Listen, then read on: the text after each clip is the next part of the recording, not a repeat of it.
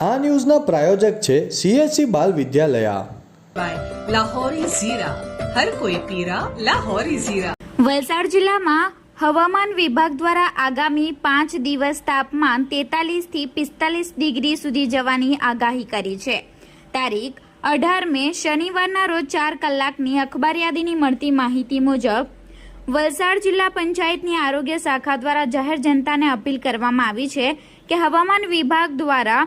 18 મે 2024ના રોજ orange alert જાહેર કરવામાં આવ્યું, એટલે કે તાપમાન 43 ડિગ્રીથી 45 ડિગ્રીની વચ્ચે રહેવાની શક્યતા છે। તેમજ આગામી 5 દિવસ તારીખ 22 મે 2024 સુધી મહત્તમ તાપમાન 43 ડિગ્રીની આસપાસ રહેવાની આગાહી આપવામાં આવી છે, જેને લઈ